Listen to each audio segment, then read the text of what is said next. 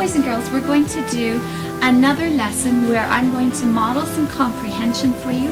I'm going to do some writing, and then you're going to do some writing. Today, the book that I've chosen is our book, A Whale is Not a Fish, and Other Animal Mix-Ups. We've read quite a few of the little chapters in this book before, and we know that it is a great book that shows us comparing and contrasting animals that might get mixed up.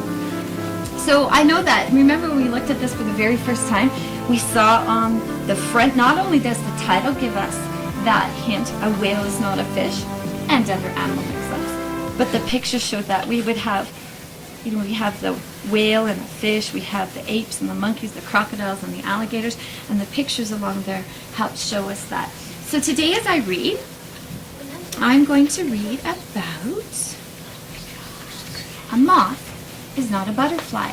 And if you remember from when we did these before, we know that this author does the same thing each time he writes about a new pair of animals.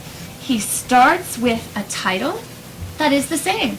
A moth is not a butterfly. A whale is not a fish. He uses that same pattern for us. And who remembers, what do we do at the very beginning? What does the author always tell us, Rebecca? He always tells us the same and says the difference. First tells me how they're the same and how they're different. And the author does that by giving me these nice, bold, colorful, large print on each side. The author also tells me about one animal here and the other animal here. So listen carefully as I read this today and see if the author has kept the promise that he kept in his other chapters and how he did that. So let's start. A moth is not a butterfly. Moths and butterflies are insects. They are probably the most beautiful of all insects. Check. Told us how they were the same. But, oh, there's that perfect word that tells us, uh-oh, hold on, something's changing here. Here's how they're different. The moth's wings are connected or joined together. The butterfly's wings are separate. Moths have two sets of wings, a pair of front wings and a pair of back wings. The moth's front and back wings are hooked together. Cool. So these guys are kind of hooked together in here. Let's read about the butterfly.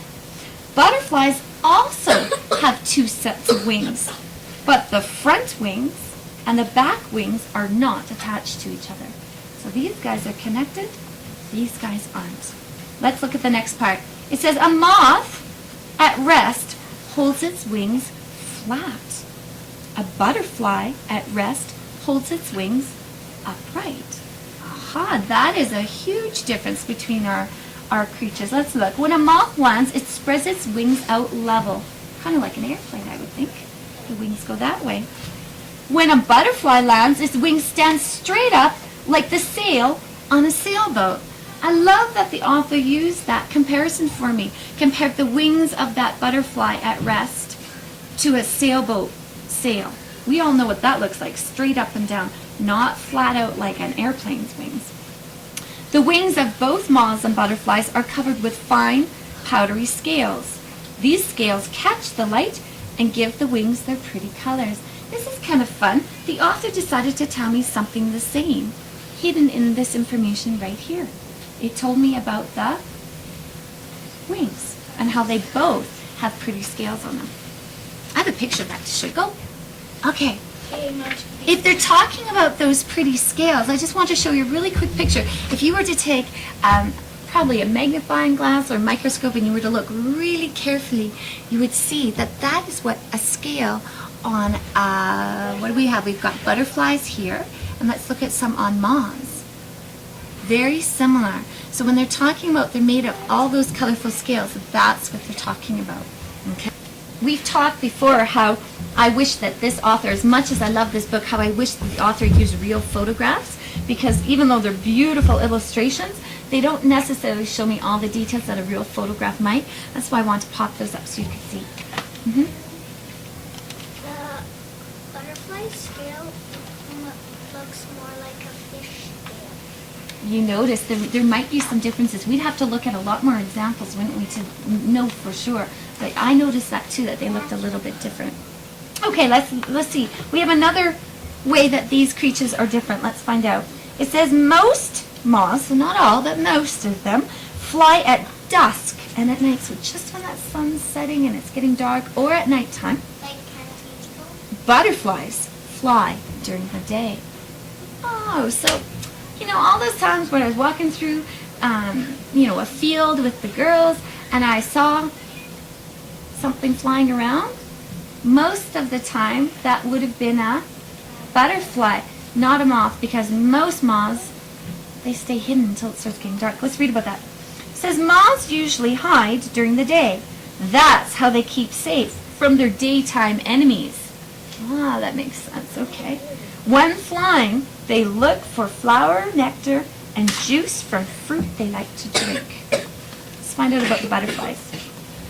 Butterflies are not afraid to fly when the sun is shining. Many butterflies have a terrible taste. Animals that eat them by mistake learn to stay away from them. The butterfly's bright colors act as a warning. So I wonder if the author is trying to tell me here that most butterflies are quite brightly colored, and moths might not be so bright. Those bright colors are sort of warning. I'm not sure if we know enough about that, but let's find out. Last one. Let's read this last little bit. It says moths have fat, furry bodies. Butterflies have thin, bare bodies. Let's find out more about that. It says moth bodies are large and covered with short hairs. Fuzzy, kind of like maybe like the bumblebees that we had looked at the other day. That nice hairy, fuzzy body. It says butterfly bodies are narrow and hairless, so they're going to be kind of smooth. And that makes me think about some of the creatures I've seen before too, flying around. And I think, oh, so they have that big fat body. This picture is actually really lovely because it shows me how fat those bodies are compared to these guys. Last bit, let's find out. It says moths have feathery antennae. Butterflies have thin antennae. Antennae are the long feelers on the heads of both moths and butterflies. They are mostly used for picking up odors, smells. They smell with them. A moth's antennas look like fuzzy little feathers. Oh, okay. That's a great picture in my mind. So when I look at this little picture here, I can see they look very fuzzy and furry. Butterflies, thin antennae. Butterflies' antennae are also for smelling and for hearing and touching too. Oh, neat. So our butterflies use their antennae for a few more things than the moths, but they both use them for smelling. It says, but butterflies' antennas look like thin, straight rods with knobs on the end. So you can see that picture there, how it has that little knob. They're thin with that piece. So now we have some really good ways that we could identify what would be a moth and what would be a butterfly. But because we have so much information, I thought what I would do today is I would put our information on a Venn diagram. I would put our information up here so that we could help keep it straight. This thing. This is our Venn diagram, remember? I think it's good that the butterflies have skinny bodies. Why is that? Because then they can sleep with their wings over top of them, so they have darkness. Okay. All right. Mrs. Large, you know what I have noticed? The butterfly's body is kind of like its antennas, and the moth's body is kind of furry, like its wings too. Okay, those are good things to notice. Boys and girls, when we want to remember lots of information, especially when we're comparing creatures, we could do this. We always put our information that is the same in the middle. So I'm going to go back and I'm going to think about what I know about these creatures and how they are the same. Well, we remember, maybe you could help me too. We know that they were both insects. The author told me that they were both beautiful. So I'm going to put that in here. I might run out of room because there was quite a few things the same. How many sets of wings do they each have? Who remembers? Hold up the number of fingers for me. Perfect. They have 2 sets of wings. So they have a front set and a back set. Who remembers what are they covered with? Hair. What is it covered with, Ethan? Hair. Are the wings covered with hair? No. Stuff? Scales. Scales, great. And what were they? Were they colorful? Yeah. Powdery, kind of, they're covered with those scales.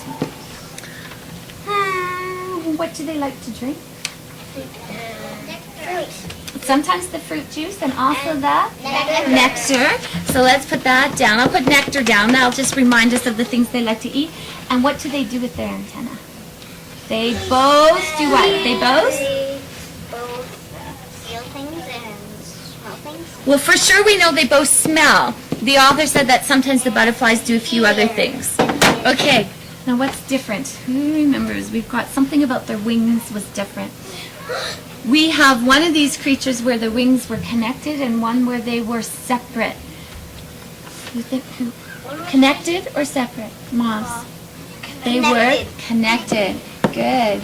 You guys were listening really well. Okay, so I'm going to put wings connected and I'm going to go right over here and I'm going to put wings separate. Why don't you just put wings facing up? Oh, that you remembered something else. So where does that go, Ethan? Was it the butterflies or the moths? Butterflies. Right. So their wings go like this. I'll just put wings stand up straight, right? Like a sailboat. Like a sailboat. Good. When they're resting, not when they're flying. And how about those moths? What do their wings look like when they are resting? Rebecca? It's kind of like an airplane. They spread out Like in their flat at rest. Good. and the butterflies kind of like tipped up. Perfect. You guys remember that.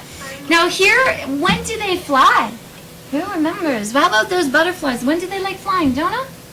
In the day. So They that's fly why at- we see them lots. Mm-hmm. And how about the moths? When do they fly, Lauren? They fly. Well, some of them, lots of them fly at dusk because there are daytime predators to them, but a little bit of them do at daytime.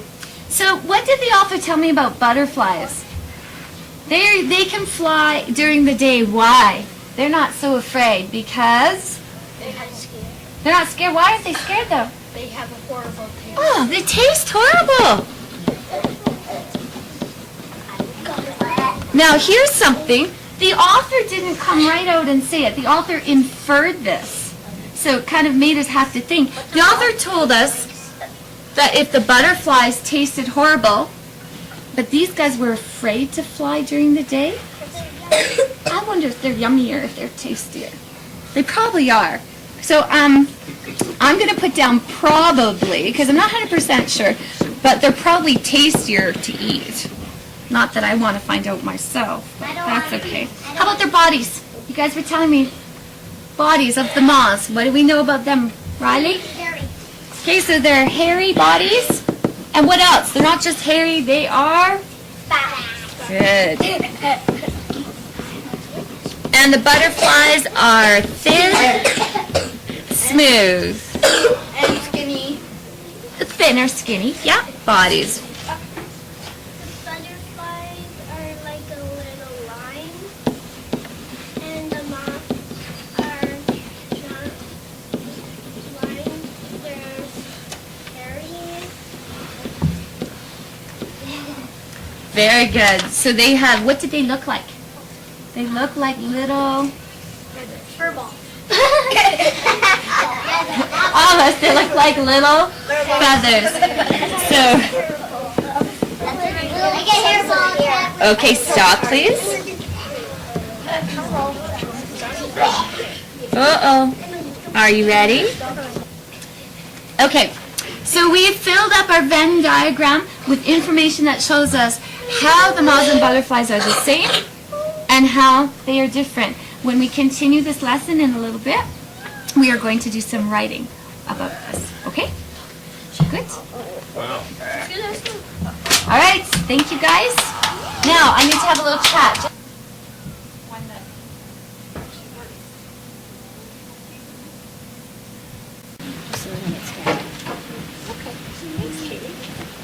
I'm right now. They discovered a dinosaur skull at the paleontological site by the Old Man River. Wow. Thank you. Thank you. Come on now. Girls, earlier today I read you our story from moths and butterflies, and we looked at how they were the same and different, and we put all that information into our Venn diagram. I mean, we've learned lots of information about how moths and butterflies are the same and how they are different. So today I'm going to write a paragraph that clearly shows this information to my reader. So the first thing that I need, though, is I need a title, and I need a title that's going to promise my reader that I'm going to compare something. And I think I have a lot of choices. I could just name the animals. I could say moths and butterflies. I could just say them like that. Or I could maybe try to write a title that was sort of like the one that the author used. I could say something like maybe moths and butterflies are not the same. Or maybe I could even make my reader curious by asking a question. Are moths and butterflies the same? And today, I think what I'm going to do, it's my turn right now. You'll get a turn to write in a minute. What I'm going to do is I'm going to write my title as a question. But this time, I think I'm going to try to make my title a little bit mysterious, a little bit of a challenge to my reader, so that maybe they'd like to read on more. And I think this is what I'm going to do, but I'll have to be very careful. My first sentence is going to have to give more information, but watch what I'm going to do. I think I'm going to write this. Can you tell these creatures Why don't you say books? apart? I have lots of choices. I could say insects, I could say creatures, I could say bugs. I chose creatures. I'm hoping that by saying you, can you tell these creatures apart, that my reader would go, I bet I could, and want to read more. But because I did that, I have to be very careful that I state very clearly in my first sentence what animals we're talking about. Okay? So I'm going to say that. I'm going to say moths and butterflies. There it is. I'm not going to leave it to chance. I'm going to start with naming my two creatures, but I'm going to say moths and butterflies might be tricky to tell apart. Okay. Now, if I'm saying to my reader that they might be tricky to tell apart, my reader should be able to infer or kind of figure out that these guys must look kind of the same. Now, it'd be really easy if I was saying, can you tell the difference between an elephant and a butterfly? Everybody would be like, of course, super easy. But moths and butterflies, there must be quite a few things the same about them if they might be tricky to tell apart. So this is what I'm going to do next. I'm going to tell my reader in the very next sentence some of those things that might be confusing to them. Okay, if they were to just look at them. So I'm going to go back for a minute. I'm going to look at my Venn diagram. I'm going to look at all the ways that they were the same. They're insects, they're beautiful, they have two sets of wings, those pretty scales, they drink nectar, and they use their antenna to smell. So right now, I think what I'm going to do, like no wonder it's tricky, those things are so similar. I'm going to start with one sentence. I'm going to try to do it in one sentence and put together. I don't want to spend my whole paragraph talking their wings and their scales together. So let's see. I have moths and butterflies might be tricky. Okay, I'm going to use an important word. If you look over here, here are some of the words that we've gathered that talk about comparing things. And when I look at these, I think both. That would tell my reader that I'm talking about them both, that it's the same. So I'm going to start with that word. There's my trigger word for my reader. Both moths and butterflies. Remember how I said we had the word insect and beautiful? I'm going to put that together. Both moths and butterflies are beautiful insects. Now, we had a whole bunch of information. I said I was going to put that into a list. What did they do? they drink nectar, they smell with their antenna, and they have those pretty wings with scales. So I'm going to make my list to get that information quickly to my reader. Both moths and butterflies are beautiful insects that drink nectar.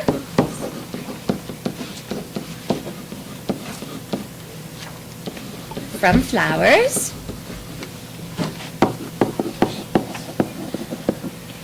Comma. Have antenna. Whoops. To smell with. And what was that last bit? The bit about the wings with the scales, right? I'm going to try to put that together into one. And have 2 sets of wings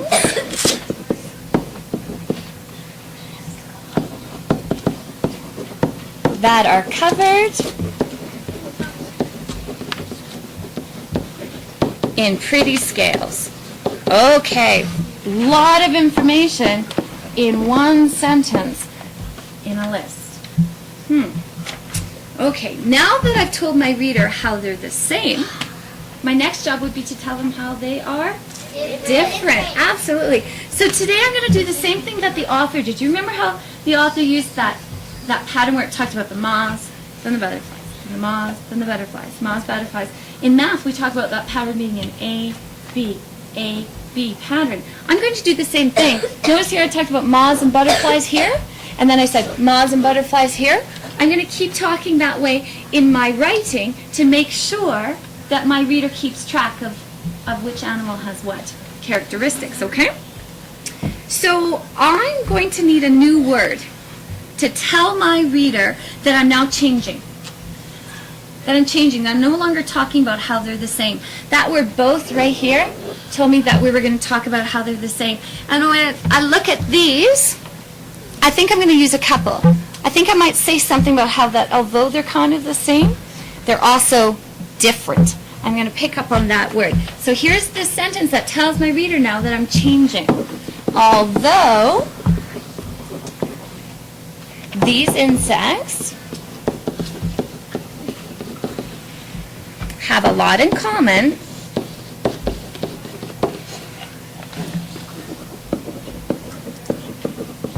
they are, what's my word? They are different in many ways, several ways. Let's just say several today. In several ways. Aha! Now my reader would be going, okay, this writer is going to explain to me how they're the same.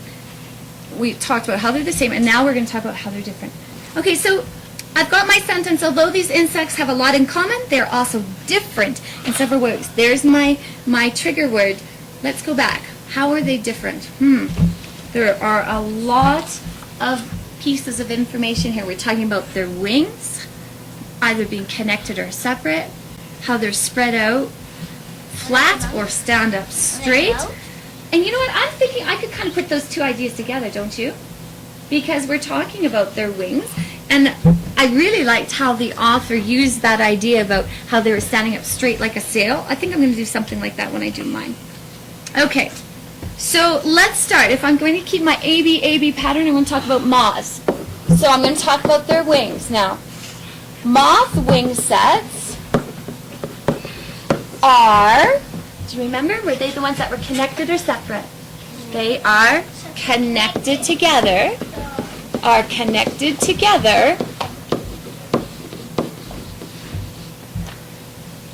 and what do they do? And lay flat when resting. There are lots of other pieces of information, right? There's lots of pieces of information that I could add, but I'm just going to go with the stuff that I read there. Now I'm going to have another word. Here's another word that's going to help my reader know. There it is. But if I've talked about the moths, now I'm going to talk about butterfly wing sets are separate. I'm going to go onto a new page here. So now I've told you about their wing sets, but now I have to tell you how they at rest, right? I got to talk about that part. Okay, so I'm going to use the same thing the author did. And stand up straight like the sail of a boat. Now, I could say when resting again, but I think that might be kind of boring to repeat myself the same way. So I was trying to think of another way I might say that. So instead of saying resting, maybe I'll just say when not in use. So when they're not using them. Okay. Okay. Let's look. Let's go back. Are there some other ideas that I could put together? We've got some information about them flying, about when they fly, and maybe even about why they fly. I think that information might follow really nicely in my paragraph after the information about the wings. We just talked about the wings, and what do they do with wings? They fly with them. So I'm going to make sure that I talk about that part next. Okay. I'm going to make sure I use that A-B pattern again. So what am I going to start with? I'm going to start about the moths. Okay, so moths are very busy at, do you remember when? At dusk or at night. Now why? Why do they do that? So they won't get? Right, so I'm going to talk about that together. Why are they doing that? When they can avoid being seen by predators. Here's what I need you to do. I want you to look with me over here at this chart. I'm going to add another one of these words now to show comparing. Last time I said but. I could use that word again, but I think I'm going to use this word whereas today. So I've said moths are very busy at dusk or at night when they can avoid being seen by predators, whereas butterflies, what do? They happily fly during the day.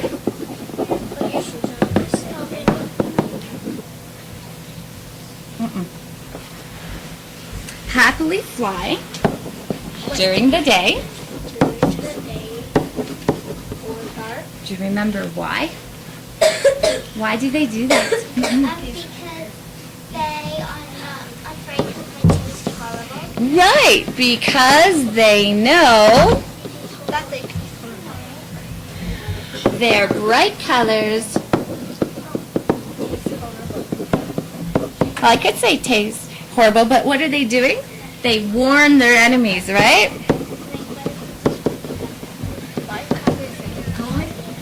Warn their enemies that they taste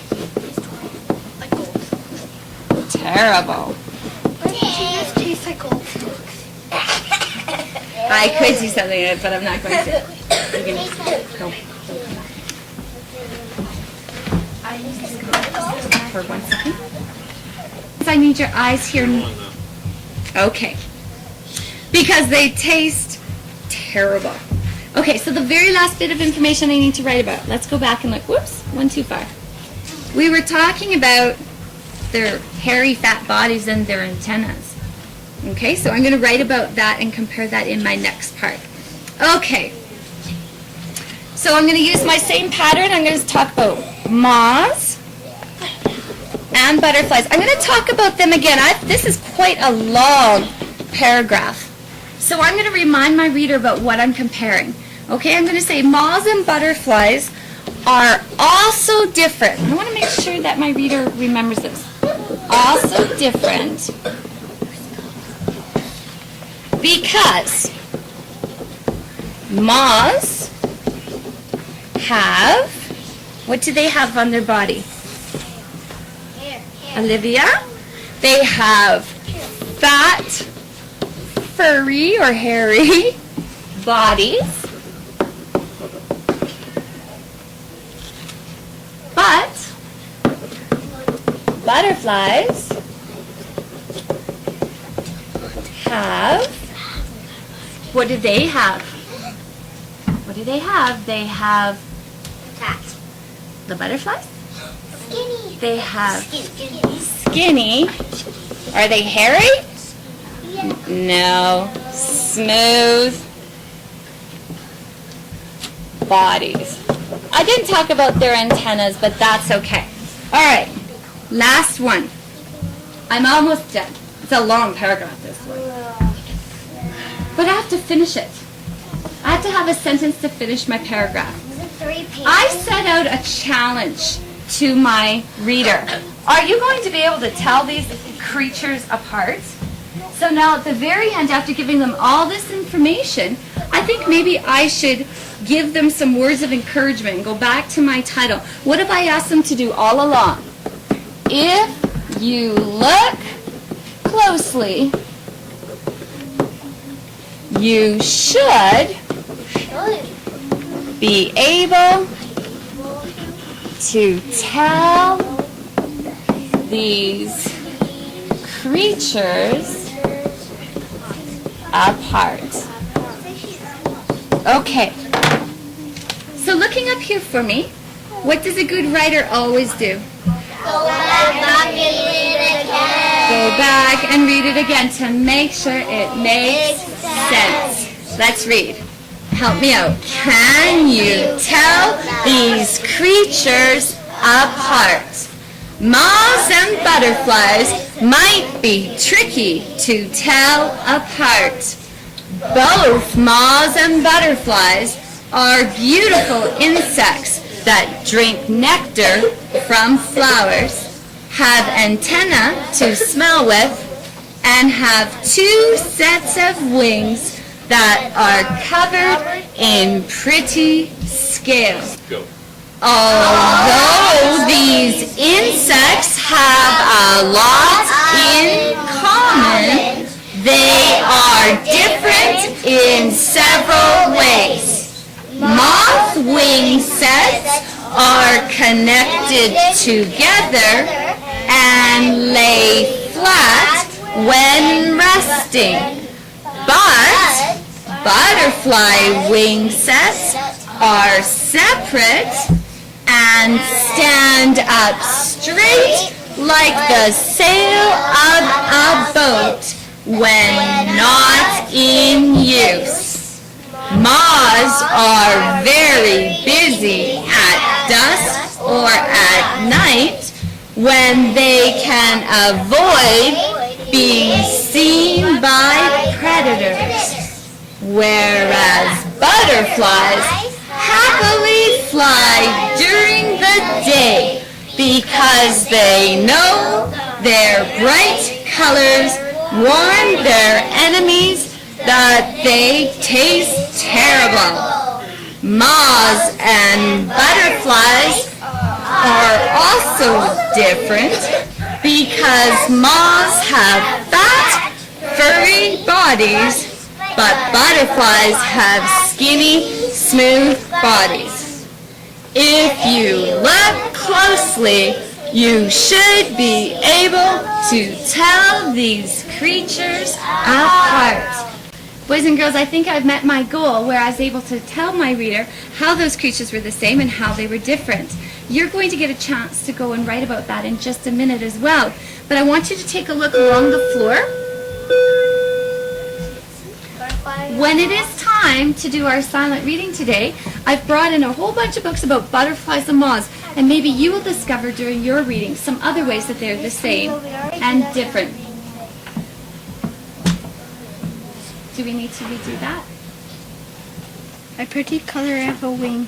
Moths and butterflies have skulls on their wings. They do other stuff. Butterflies have skinny bodies and moths have hairy bodies, and butterflies' wings are not attached and moths' wings are attached, and butterflies' antennas are skinny and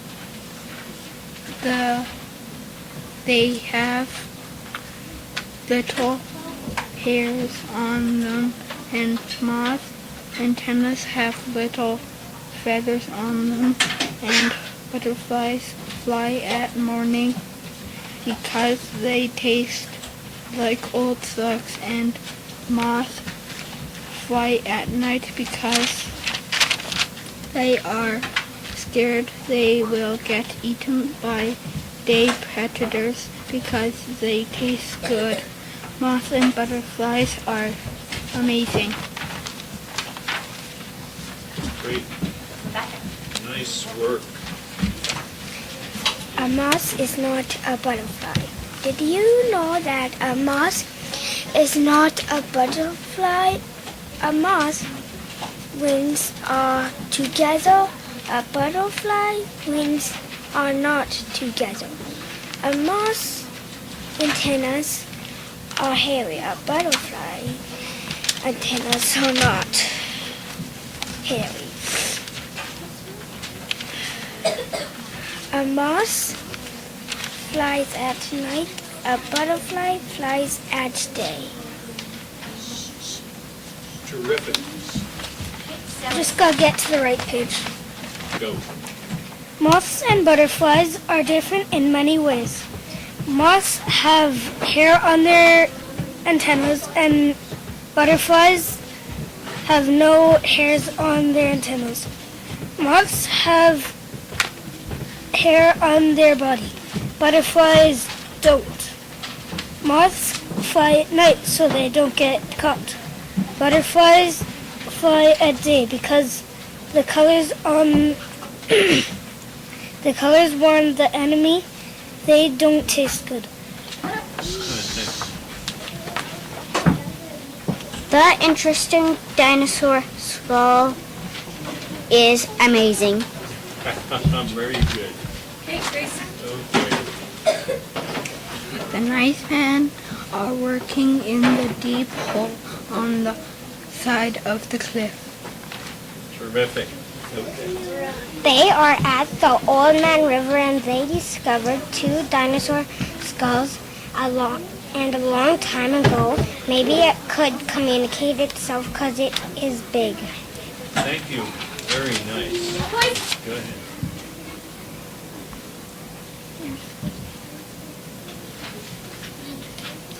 The dinosaur skull is ancient. Great. Ready. Go. There is a dinosaur skull is big and heavy, so they can't pick it up. That is great. Thank you very much. Is the dinosaur skull bigger than a baby? Yes. That's great. I love it.